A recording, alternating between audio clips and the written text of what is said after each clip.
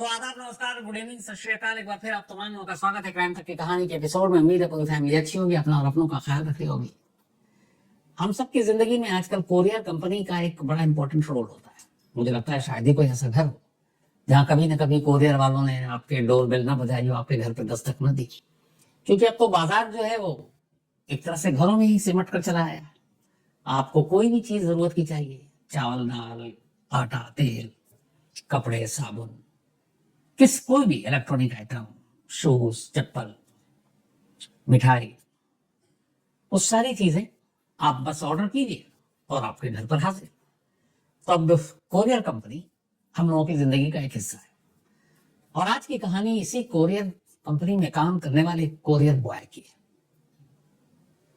कैसे एक शख्स अपना एक दिमाग लगाता है और इसी कोरियर कंपनी के थ्रू कैसे वो कुछ लालच में पड़ता है और फिर उसके हाथों एक कत्ल होता है। और उस कत्ल के बाद कोई सुराग नहीं, कोई सिरा नहीं, और पुलिस सिर्फ एक वजह से कैसे उस कातिल तक पहुंचती है। कहानी बेंगलुरु की है। बेंगलुरु से करीब 194 किलोमीटर दूर एक इलाका है जिसका नाम है अरासीकेरे। इसी अरासीकेरे में हेमंत नाम का एक लड़का रहा करता था। हेमंत ने ग्रेजुएशन तक पढ़ाई की, लेकिन फाइनल ईयर से पहले फिर उसने पढ़ाई छोड़ दी और उसके पिता की डेथ हो चुकी थी। एक भाई था उसका नाम था माजा नायक। वो उसके साथ और अपनी माँ के साथ बेंगलुरु के इसी अरासीकेरे इलाके में रहा करता था। पढ़ाई छोड़ने के बाद वो बेंगलुरु चला गया कि किसी नौकरी की तलाश में, लेकिन फिर उसे मन लगा नहीं। वापस वो अपने शहर आ गया। शहर आने के बाद उसने इधर उधर हाथ पैर मारे और आखिरकार एक कोरियर कंपनी में काम करने लगा। ये कोरियर कंपनी वही सी जो आपके सारे सामान घर तक पहुंचाती है। इसका नाम था ई कार्ट लॉजिस्टिक। कंपनी का नाम था ई कार्ट लॉजिस्टिक। ठीक ठाक जिंदगी चल रही थी हेमंत की।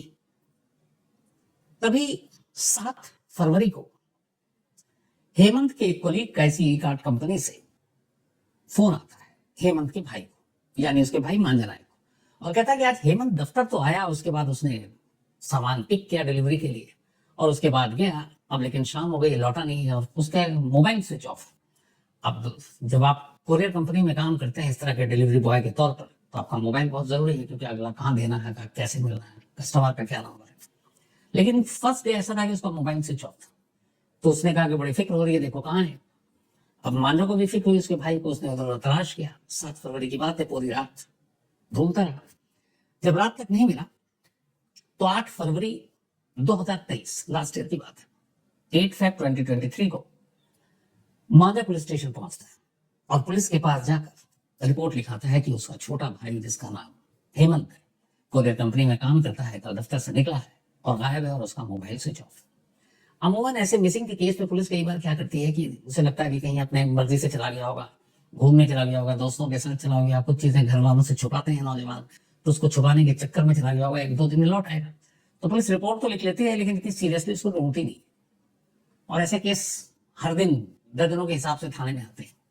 तो पुलिस ने हेमंत की गुमशुदगी की रिपोर्ट तो लिख ली, लेकिन ये सोच कर बैठ गई कि आ जाएगा, नौजवान लड़का कहाँ जाएगा। दिन बीतने लगा। अब पुलिस भाई पहुंचे कि कुछ हुआ, पुलिस कहेगी हम ढूंढ रहे हैं, मिल नहीं रहा। करीब 8 दिन बीत जाते। 8 फरवरी को गुमशुदगी की रिपोर्ट लिखाई थी। 16 फरवरी की तारीख आ जाती है। 16 फरवरी को अचानक जिस शहर में ये अरासीकेरे में रहा करता था हेमंत, उसी शहर की एक रेलवे ब्रिज के नीचे एक लावारिस लाश मिलती है। लाश की सूचना पुलिस को मिलती है। पहले रेलवे पुलिस लाश को उठाती है, उसके बाद लोकल पुलिस को खबर करती है, क्योंकि पोस्टमार्टम जब होता है तो पता चलता है कि उसको चाकू से स्टैब किया गया है। और दूसरी बात यह थी कि उस लाश को जलाने की कोशिश की गई, इसलिए उसका चेहरा वेरा सब बिल्कुल पहचानने लायक नहीं है। तो जब लाश को जलाने की बात सामने आई, चाकू से स्टैबिंग की बात सामने आई, तो सिंपल केस ही तब एक मर्डर का हो गया। तब लोकल पुलिस ने एक मर्डर का केस दर्ज किया, लाश को कब्जे में लिया। और जब इस लाश के बारे में पुलिस स्टेशन में पता चला, चूंकि हर पुलिस स्टेशन को खबर दी गई कि इसकी शनाख्त में मदद करो, तो उस पुलिस स्टेशन में भी ये खबर पहुंची, जिस पुलिस स्टेशन में हेमंत की गुमशुदगी की रिपोर्ट दर्ज थी। एक पुलिस वाले ने कहा कि यार चलो उसको देख लेते हैं, कहीं ऐसा तो नहीं हुई हो। तो फिर हेमंत के भाई को, मांझा को फोन किया गया, उसको बुलाया गया और एक सरकारी अस्पताल में मुर्दा घर ले जाया गया। वहां उसने लाश देखी, कुछ कपड़े अब भी चिपके हुए थे। उसने उन कपड़ों से पहचान लिया कि उसके भाई हेमंत की लाश है। उसने पुलिस को बताया कि उसके भाई की लाश है। अब यानी कि हेमंत का कत्ल हो चुका था। पुलिस 8 दिन से जिसे ढूंढने की कोशिश भी नहीं कर रही थी, उस उम्मीद पर कि लौट आएगा, अब वो इस दुनिया में ही नहीं था। अब पुलिस पहली बार सीरियस होती है, 302 का मुकदमा दर्ज करती है, अब इस मर्डर केस की इन्वेस्टिगेशन शुरू करती है। सबसे पहले पुलिस उसके बारे में पूरी जानकारी हासिल करती है, उसके भाई से, बाकी उसके कोलीग से। सारी जानकारी हासिल करने के बाद अब उसके मोबाइल के कॉल डेटा को भी खंगालती है। कॉल डेटा को खंगालने के बाद अब पुलिस 7 फरवरी को, चूंकि कहा गया था कि हेमंत आखिरी बार सामान लेकर कहीं डिलीवरी करने के लिए गया था और उसके बाद से उसका मोबाइल स्विच ऑफ है, तो पुलिस ने 7 फेब के उसके सारे कॉल डिटेल रिकॉर्ड को खंगालना शुरू किया। जब खंगालना शुरू किया तो पुलिस ने देखा कि आखिरी जिस नंबर पे कॉल किया गया था उस नंबर को चेक करते हैं। तो लास्ट कॉल जो हेमंत का था उस नंबर पे पुलिस ने कॉल किया, उसके मोबाइल पे वो नंबर था। जब कॉल किया तो उधर से मोबाइल स्विच ऑफ, और पुलिस को लगा ये क्या। अब पुलिस ने उस नंबर के सीडीआर निकाले जिस नंबर पे हेमंत ने लास्ट कॉल की, तो पता चला कि वो मोबाइल नंबर जिसपे आखिरी कॉल हेमंत ने किया था वो 7 फरवरी से वो मोबाइल ही बंद है, यानी जिस दिन हेमंत गायब हुआ। अब पुलिस को यहां से डाउट शो हुआ।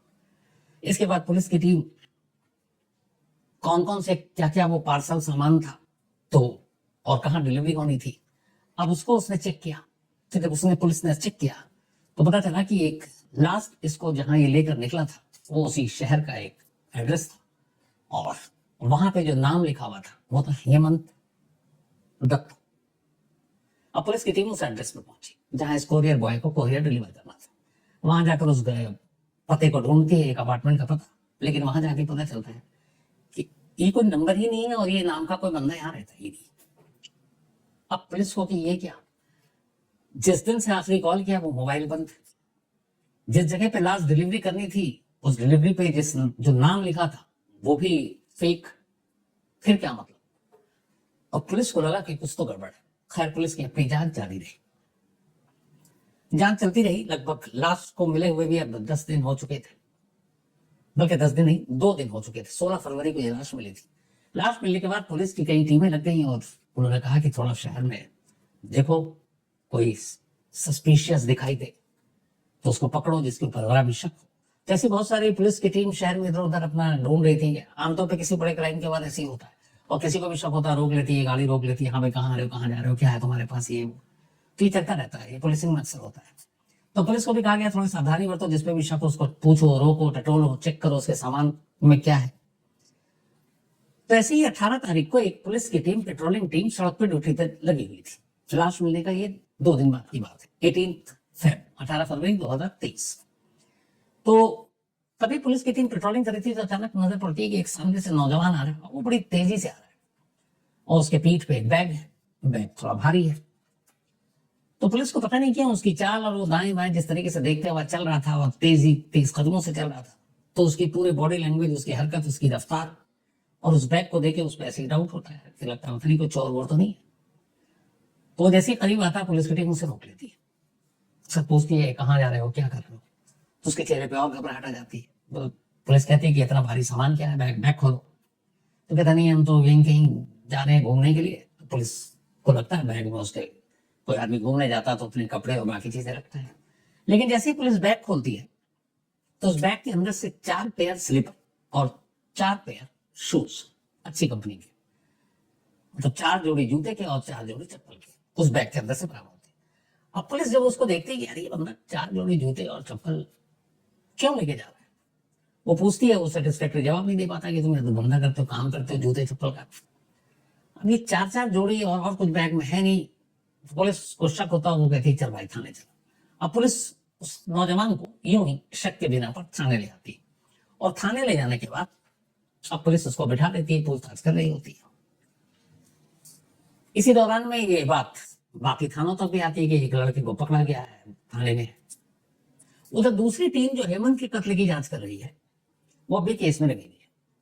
अब तब तक तफ्तीश में ये पता चला कि जो 7 फरवरी को हेमंत जब लास्ट टाइम अपनी कंपनी से निकला था डिलीवरी देने के लिए, जिस हेमंत दत्ता के नाम, और उससे पहले उसे एक और डिलीवरी देनी थी, और जो डिलीवरी देनी थी उसमें कुल 2 आइटम थे हेमंत दत्ता के अलावा। तब डिलीवरी की लिस्ट निकालेगी कि उस दिन क्या क्या डिलीवर करना था। तो पता चला कि उस दिन हेमंत को एक जगह पे 4 जोड़ी चप्पल और 4 जोड़ी जूते डिलीवर करने थे और एक सेकंड हैंड आईफोन, ये 2 चीज डिलीवर करनी थी।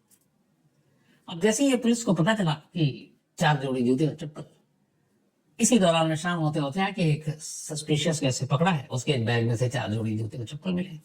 ये बात उस टीम को पता चली जो उस हेमंत के कत्ल की इन्वेस्टिगेट कर रही थी। वो थाने आती है, पूछती भैया ये दिखाओ क्या है। अब उस बंदे से पूछती भैया तुम्हारा नाम क्या है, तो कहता मेरा नाम हेमंत है।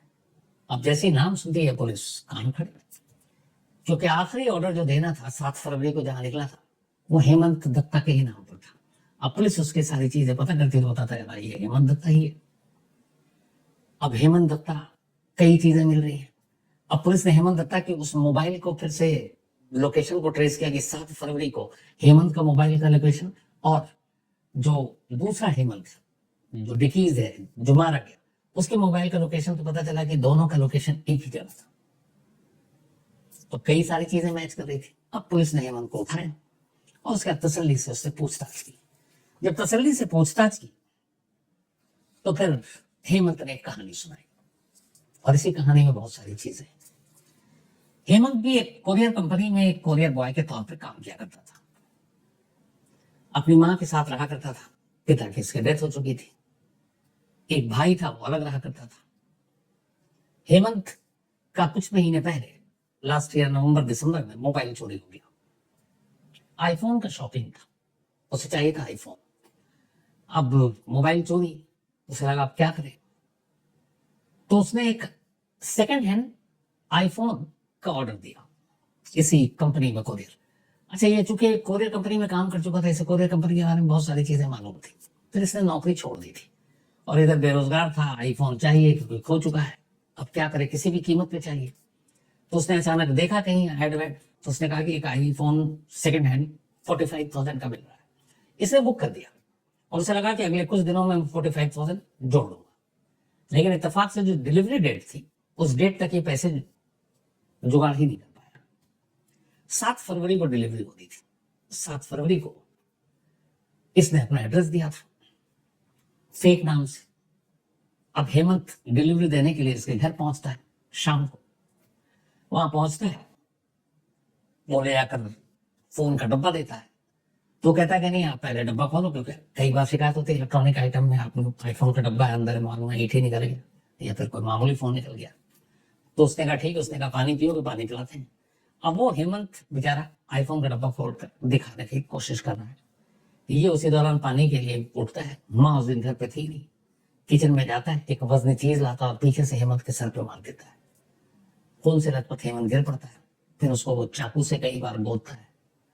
मारने के बाद जब उसको लग जाता है कि मर चुका है, तो फिर उसकी लाश को बाथरूम में ले जाता है, ब्लड साफ करता है। अब उसकी जो बाकी जो कोरियर उसको डिलीवर करना था वो भी देखता है। बैग एक बड़ा सा लाया था जो आमतौर पर होता है, तो उसमें 4 शूज थे, अच्छी कंपनी के 4 पेयर थे, स्लीपर के, चप्पल के। वो उसको निकालता है। धीरे धीरे फिर रात होने का इंतजार करता है। सब कुछ साफ करने के बाद बाहर जाता है, एक बोरी खरीदता है, बोरी खरीद कर लाता है, क्योंकि उसे ये डर था कि कहीं लाश यहीं रहेगी तो इसमें से पकड़े जाएंगे। बोरी में लाश पड़ता है और इसका रात होने का इंतजार करता है। फिर एक केरोसिन तेल खरीद कर लाता है। उसके बाद रात को बोरी में लाश को पैक कर नीचे ले जाता है, अपने स्कूटर पर रखता है और लेकर अपने मोहल्ले से दूर रेलवे ब्रिज के पास सन्नाटा होता है, वहां ले जाकर बोरी को केरोसिन तेल से उस पर डालकर आग लगा देता है।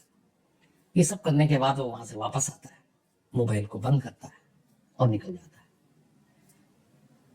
चूंकि आईफोन का ऑर्डर देने के बाद भी वो 40 से 45 साल का इंतजाम नहीं कर पाया और उसे लगा कि अब तो मिलेगा नहीं, लेकिन ये फोन चला जाएगा, तो उसने कहा कि कोरियर बॉय को पैसे दूंगा ही नहीं। और या उसके सामने जो भी जिस तरीके से पेमेंट था, क्योंकि उसने पेमेंट जो था वो डिलीवरी के बाद वाला ऑप्शन चुना था, तो मुफ्त में फोन लेने के लिए उसने अपने ही कभी हम पेशा रहे एक कोरियर बॉय की जान ले ली। इस पूरे केस में पुलिस ने सिर्फ उसके लास्ट ऑर्डर, लास्ट कॉल और वो 4 जोड़ी जो जूते और चप्पल, इस बिना पर इस केस को सुलझाया और कातिल पकड़ा गया। इसके बाद उसने कई बार कोर्ट में कहा कि पहला क्लाइंट ये उम्र को देखते हुए, क्योंकि इसको उम्र 24 साल है, पर कोर्ट ने हर बार उसकी बेल को रिजेक्ट कर दिया और इस वक्त भी वो जुडिशियल कस्टडी में जेल में। तो ये थी आज की कहानी। अब आपसे मुलाकात होगी कल रात 9 बजे किसी नई कहानी के साथ। तब तक अपना और अपनों का ख्याल रखिएगा। Thank you very much. तो दोस्तों, आपको कहानी कैसी लगी कमेंट सेक्शन में ज़रूर बताएं।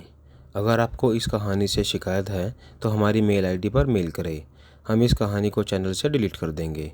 और अगर आपको कहानी अच्छी लगी हो तो लाइक एंड सब्सक्राइब करना ना भूलें। इससे आपका तो कुछ नहीं जाएगा पर हमारा मोटिवेशन ज़रूर बढ़ेगा। धन्यवाद।